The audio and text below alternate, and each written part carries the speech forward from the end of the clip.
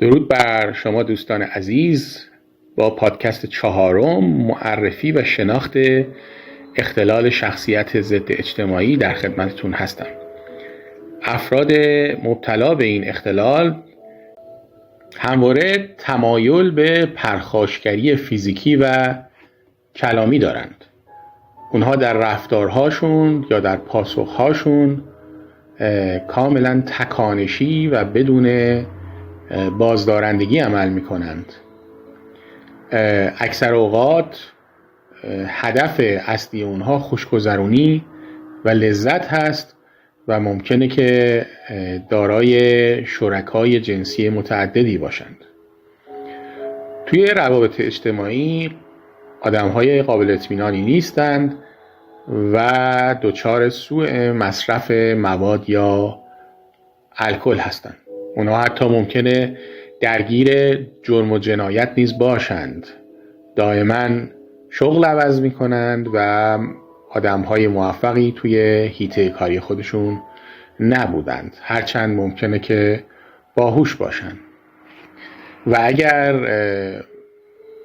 داخل اداره یا در واقع ارگانی بشن، معمولاً بعد از یه مدتی اخراج میشند. در صورتی که تشکیل خانواده بدن، معمولاً والدین و یا همسران بدرفتار و سوء استفاده‌گری هستند و نسبت به نیازهای طرف مقابل کاملاً بی‌توجهند. اصولاً قادر نیستند روابط نزدیک و صمیمانه برقرار کنند. حتی ممکنه محکومیت زندان نیز داشته باشند و رفتارهای قابل پیشبینی و ثابتی در روابط اجتماعی و حرفه‌ایشون ندارند. اونها هیچگاه به نرم‌های اجتماعی احترام نمیگذارند و ممکنه حتی رفتارهایی داشته باشند که زمینه دستگیری اونها رو فراهم کنه. بی‌مسئولیت هستند و از لحاظ مالی برنامه‌ریزی ندارند و هیچ انضباط مالی رو نمیتونیم ازشون متوقع بشیم. حتی گاهی اوقات از برنامه‌ریزی برای زندگی خودشون هم عاجز هستند. تعهدی به راستی و درستی ندارند، راحت دروغ میگن و حتی توی جامعه و اون گروه دوستان ممکنه به یک سری نام‌های مستعاری شناخته بشند. برای اینکه بتونند در واقع امرار معاش بکنن، حقه مازی میکنند و از دیگران سوء استفاده میکنند. در این حال نسبت به امنیت دیگران یا حتی خودشون بی اهمیت هستند. ممکنه رانندگی‌های خطرناک در حال مستی و یا در حال عصبانیت انجام بدن. اصولاً آدم‌هایی که دچار اختلال ضد اجتماعی هستند، شخصیت ضد اجتماعی هستند، دچار پشیمونی و عذاب وجدان نمیشن و برای آزار، بدرفتاری و یا دزدی از دیگران خیلی راحت توجیه میارند. از لحاظ سبک دلبستگی، در کودکی والدینی داشتند که نتوانستند به آنها اعتماد کنند. علاوه بر این که این کودکان در کودکی والدین خودشون رو به صورت یک تهدید و خطر دائمی قلمداد کردند. به همین خاطر دنیا برای اونها یک جای ناامن و خطرناک هست و برای اینکه از این خطر عبور بکنند مجبورن که بیرحم و بی احساس باشند. بنابراین فقدان یک والد حمایتگر در اونها به چشم میخوره و مادر همیشه در چشم اونها یک غریبه بیرحم شناخته شده بوده.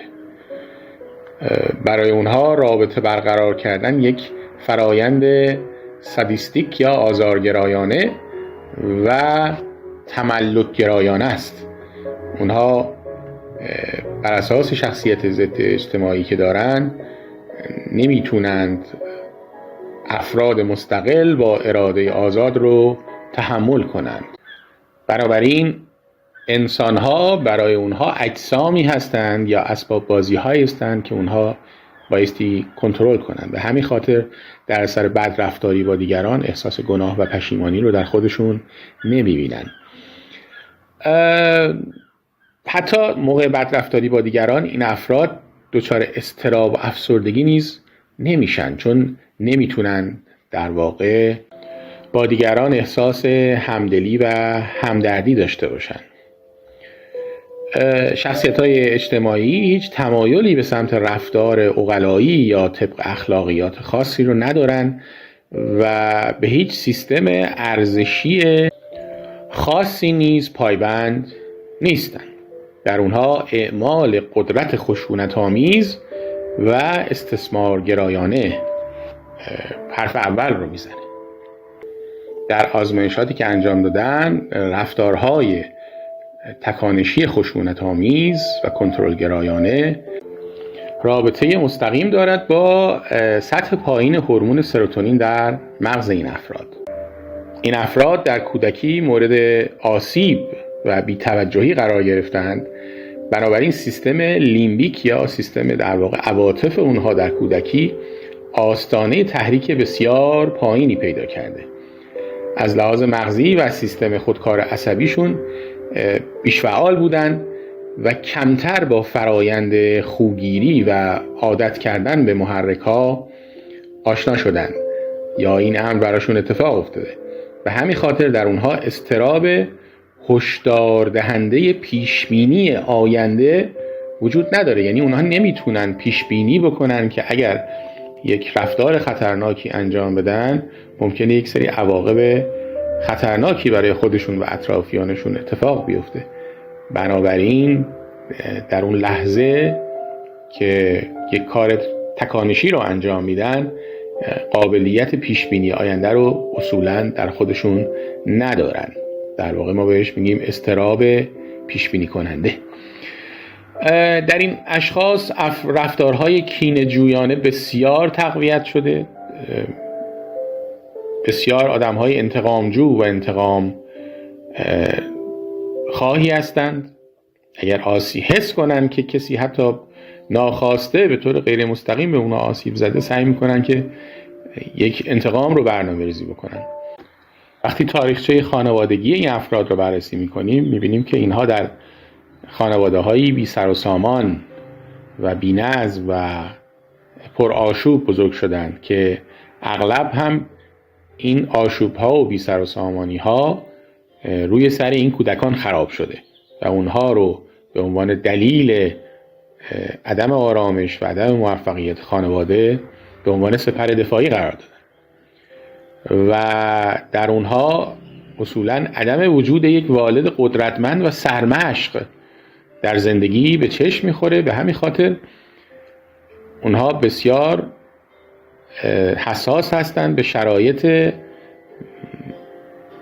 محله اطرافشون، مدرسه‌ای که میرن و شهری که در اون زندگی میکنن، به خاطر اینکه اونها نتونستن به واسطه داشتن یک والد قدرتمند و منضبط و سرمشق یک در واقع الگویی رو برای خودشون مشخص بکنن.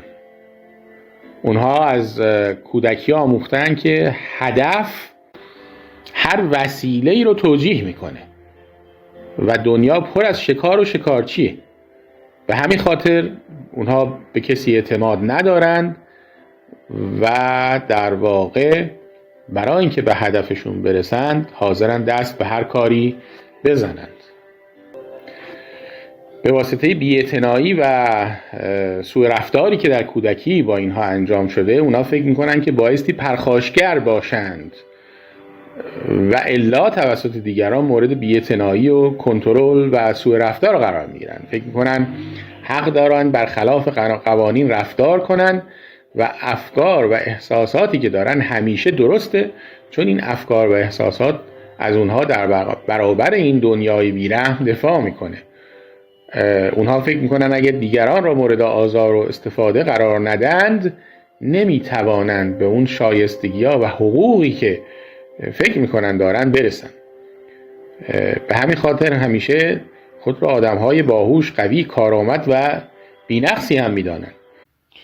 بسیار سپاسگزارم که در این پادکست با من بودید. در پادکست آینده در رابطه با روش‌های درمان اختلال شخصیت ضد اجتماعی با همدیگر صحبت خواهیم کرد. سپاسگزارم.